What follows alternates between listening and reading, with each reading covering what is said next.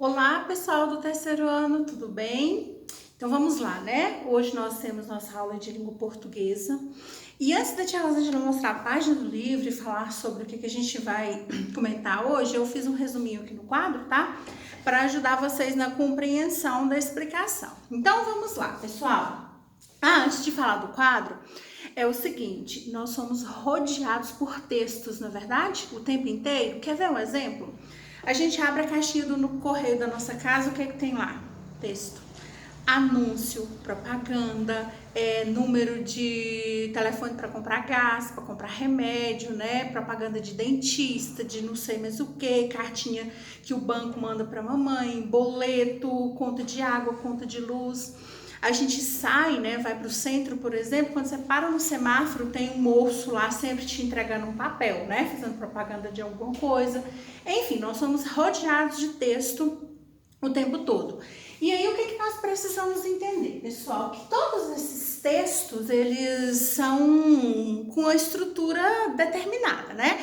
Por exemplo, tem texto que parece muito um com o outro pela estrutura, mas sempre vai ter uma coisinha que vai diferenciar um gênero textual de outro. Como assim, professora? Eu não entendi. Vamos lá, então. Gênero textual. Pessoal, o que é um gênero textual? É a estrutura de um texto, tá? Como assim? Olha só, a tia escreveu aqui. Eu vou falar os de cá, depois eu falo os de cá, tá bom? Eu escrevi aqui notícia, receita culinária, bula de remédio, manual de... Epa, tia Rosângela escreveu uma palavrinha que falta uma letra. Eu não vou editar. Manual de instrução, piada e anedota. Então, olha só. Vocês são do terceiro ano, né? São bem pequenininhos ainda, mas vocês são muito espertos. Vocês batem o olho numa notícia, né? Tá lá folheando jornal, uma revista, notícia. Como é que vocês sabem que é uma notícia? Por causa do título, né? Manchete. Lá vai estar falando de um fato que aconteceu, onde aconteceu, quando que aconteceu, quem fez aquilo. E é um gênero textual, gente, que ele vai ser divulgado na televisão, né? No rádio.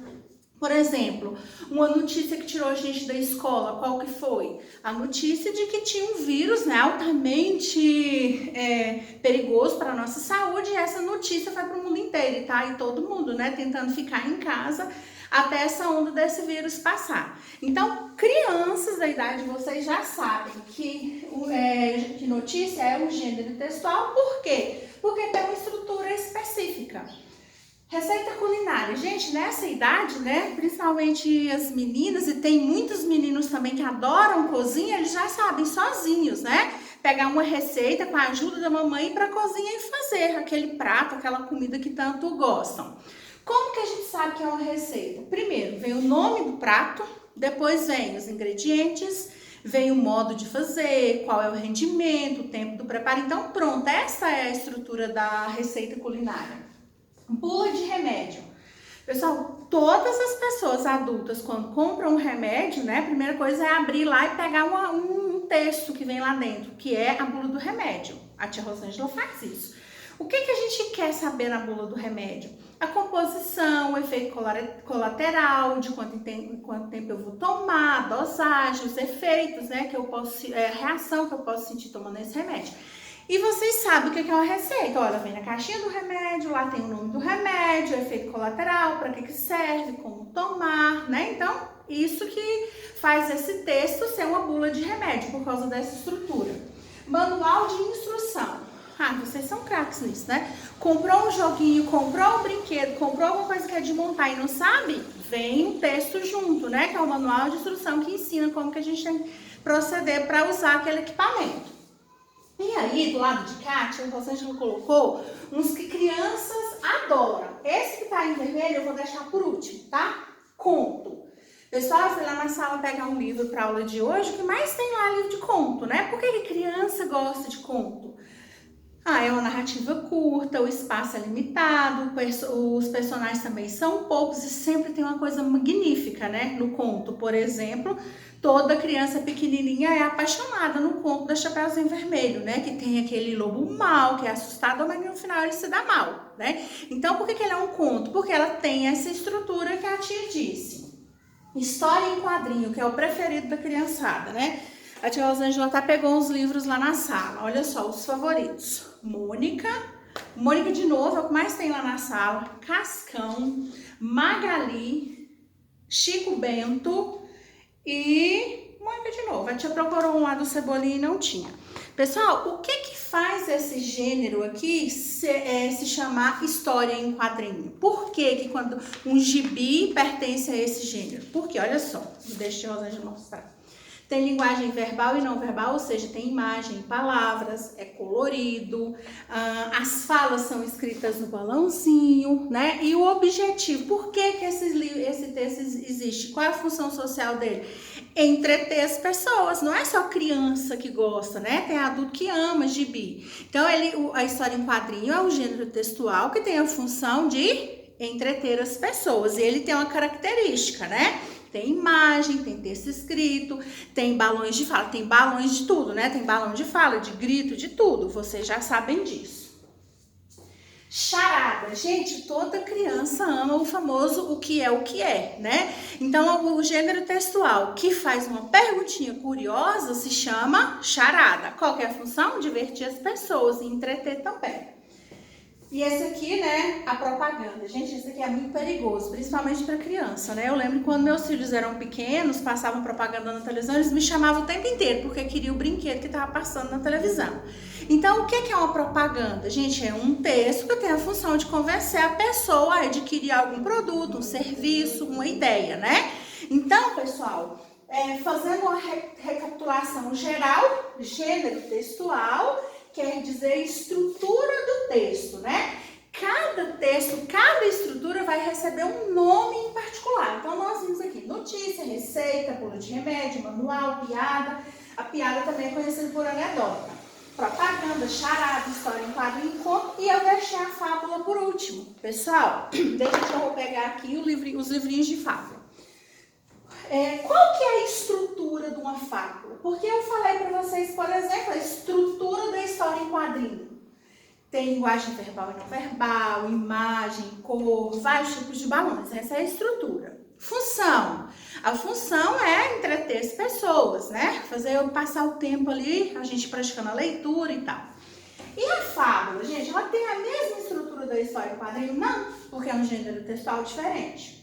Qual é a estrutura, então, da fábula? A tia Rosângela colocou 3, as mais importantes. É uma narrativa curta. O que significa isso? É uma história contada e é uma história curta, né? Então, você lê ela rapidinho ali, ela é bem prática. O mais interessante que eu acho na fábula é que os animais, né? Geralmente, nas fábulas, todos os personagens são animais, eles falam e têm comportamentos humanos, tá? Por exemplo, o cordeiro, né? Sempre que tem um cordeiro na fábula, ele é o ingênuo. Sempre que tem uma raposa, ela é a esperta. Então, essa é uma característica das fábulas, né? Os personagens são animais que têm comportamentos humanos. E o mais legal disso tudo é que a fábula ela traz uma moral da história. O que é a moral da história? É um ensinamento pra gente. Então, olha só, eu fui lá na sala de vocês e achei aqui alguns. Eu achei Fábulas para Aprender, é o nome da coleção. Ai, tia Rosângela, deixa eu cair, peraí. Ó, O Burro e a Pele de Leão. Eu achei A Galinha e os Ovos de Ouro. Eu achei também O Lobo e o Pastor. E A Cigarra e a Formiga. Essa aqui é a que eu mais gosto. Pessoal, olha só. É claro que se eu pudesse, se a gente estivesse na aula, a gente ia sortear uns, a gente ia ler, né? A gente ia discutir. Mas eu vou pegar um aqui que eu sei que todo mundo conhece. Essa história aqui, ó.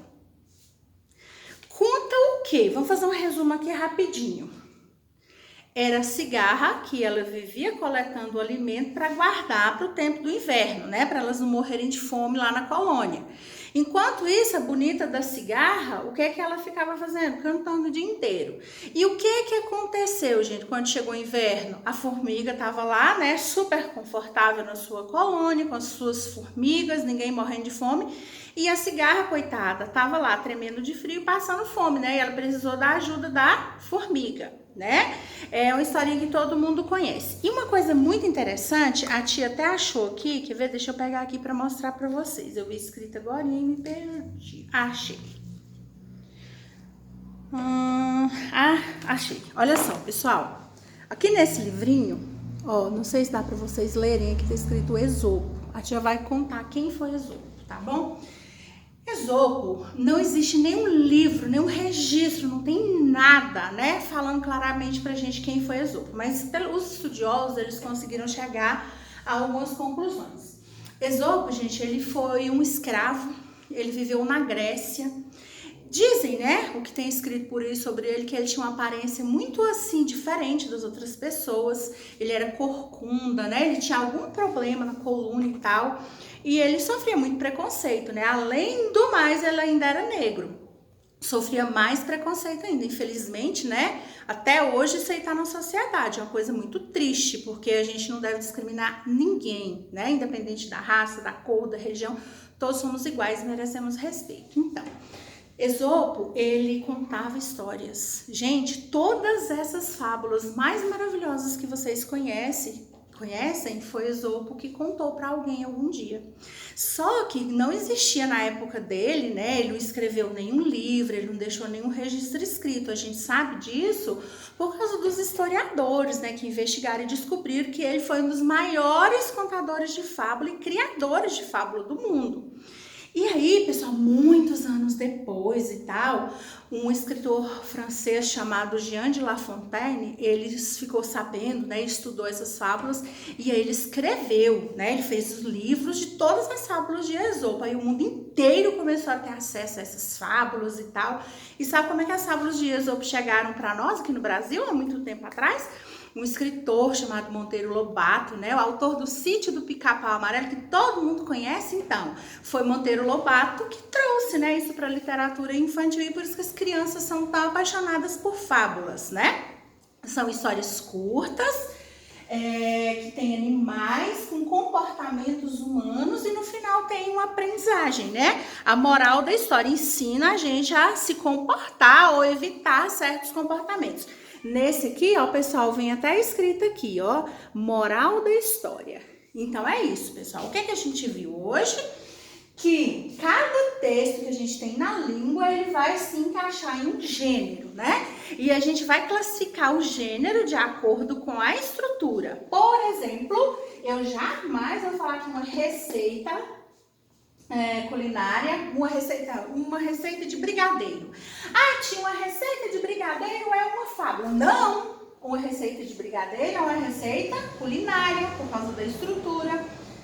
Deixa eu ver. Ah, tia, conto e fábula são a mesma coisa. Não são a mesma coisa de jeito nenhum, né? Porque a fábula tem as características próprias dela. Claro que lá na frente vocês vão ver que tem gênero textual que parece demais um com o outro, mas tem algum detalhe que vai diferenciar. Aí a tia colocou lá na descrição da aula, na plataforma, né, as páginas que vocês vão fazer. Isso aqui, ó, tudo que tá aqui a tia Rosângela explicou na aula. É importante que vocês leiam. Aqui, ó, vai ter uma fábula muito legal de uma menininha, que é o nome da fábula é A Menina e o Leite, tá? Que tem um ensinamento muito legal também. Aí, quando a tia Rosângela postar a aula de correção da interpretação do texto, aí eu vou comentar o texto com vocês, tá? Para nossa aula aqui não ficar muito grande, porque senão vocês não têm paciência de ficar vendo vídeo gigante, né? Então é isso. Eu espero que a tia Rosângela tenha sido clara e que vocês tenham entendido o que é um gênero textual. Eu vou saber do gênero a partir da estrutura do texto, tá? E hoje a nossa atenção especial foi ao gênero textual fábula, que é uma narrativa curta, que tem animais com comportamentos humanos e que no final nos traz um ensinamento que se chama moral da história. E é isso, pessoal, ó, beijo e até a nossa próxima aula, tá bom?